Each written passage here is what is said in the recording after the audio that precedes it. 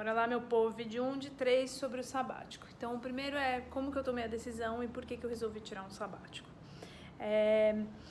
Na minha carreira, em diversos momentos, eu questionei um pouco sobre o meu estilo de vida, assim, porque eu era super workaholic, bem estressada, inclusive, e aí eu tentava sempre fugir disso no final de semana e feriados, tá? Ia pra praia, viajar, me conectar com a natureza, que era um oposto do estilo de vida que eu levava de São Paulo. Mas eu pensava o que eu poderia fazer, como que eu poderia trabalhar, e nunca cheguei numa conclusão, né? E aí, depois que minha mãe faleceu, eu tive uma depressão leve, mas tive depressão e comecei a ficar doente todos os meses. Eu passei 1 ano e pouco ficando doente basicamente quase todos os meses. Era, tipo, insuportável. Porque você fica meio frustrado, assim.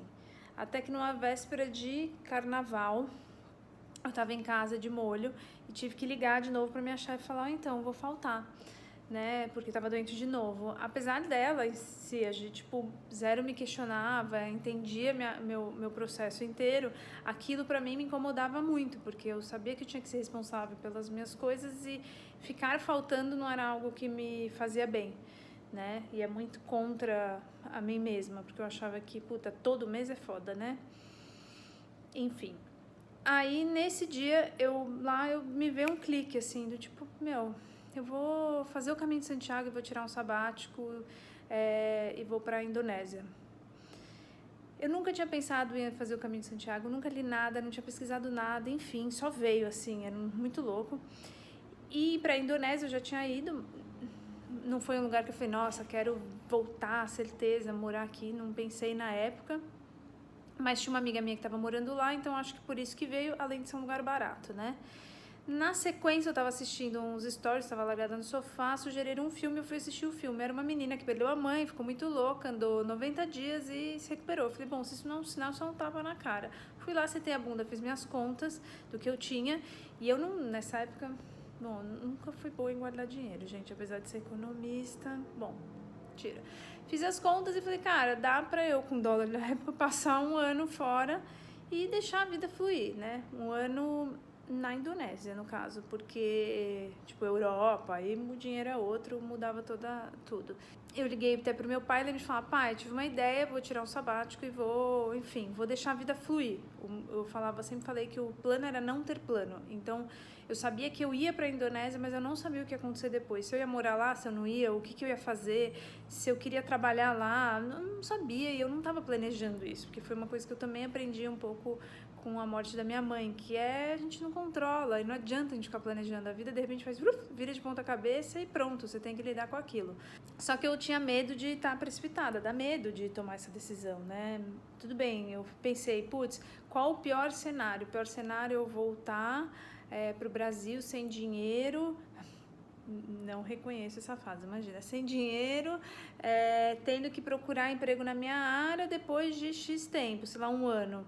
Depois de 1 ano, acho que o mercado me aceita de volta na minha área, tá tudo certo. Aí eu liguei pro meu pai e falei, pai, tive uma ideia, acho que vou pedir demissão e vou pro mundão.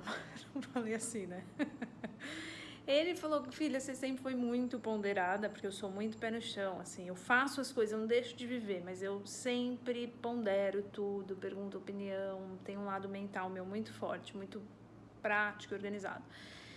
Ele falou assim, eu acho que você já tá com essa vontade de mudar de vida já faz bastante tempo e você nunca fez uma loucura, acho que vai ver o que acontece, você consegue, enfim, qualquer coisa eu tô aqui, te ajudo no que eu puder, né? E aí eu falei, bom, vou esperar um pouco pra também não tomar uma decisão precipitada, porque dá medo, e eu tinha umas férias com ele, a gente foi pra Austrália, eu falei, bom, até o final das minhas férias eu decido, porque no férias você tá com a cabeça um pouco mais limpa, né? Tava no meio das férias, a gente entrou numa loja de esportes, e começamos a ver, tinha umas botas de trekking, e eu comecei a comparar o preço com o site do Brasil, tudo, eu falei, é mais barato. Quando eu peguei a bota, coloquei no caixa, dei meu cartão de crédito, olhei pro meu pai e falei, agora eu tomei uma decisão, né, então, e não tomei de forma também, nessa hora, pensada, foi uma hora que eu falei, cara, tomei uma decisão, pronto, vou.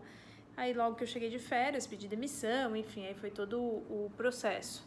Eu acho que a gente acaba colocando 1000 problemas e não tomando atitude. Eu sou a favor de ponderar e de não ser louca. Não é meu perfil ser louca e se jogar. Tem gente que eu admiro, mas não é o meu perfil. Mas eu também acho que a gente não pode ficar travado em tudo, assim. Eu falo que a pergunta sempre é, o que de pior pode acontecer? Para mim, o que de pior podia acontecer é realmente eu ter que voltar, procurar emprego na minha área, tá meio apertada de grana e é isso. Assim, só vai, sabe? Se você tem o sonho de ir, lista aí o que de pior pode acontecer, lista quais são os prós e contras e vai. Simplesmente vai. Vai pra sua experiência, vai viver o que você tem pra viver. Eu não conheço uma pessoa que não tomou essa decisão, que se arrependeu. Sério, tá? Então, esse é um.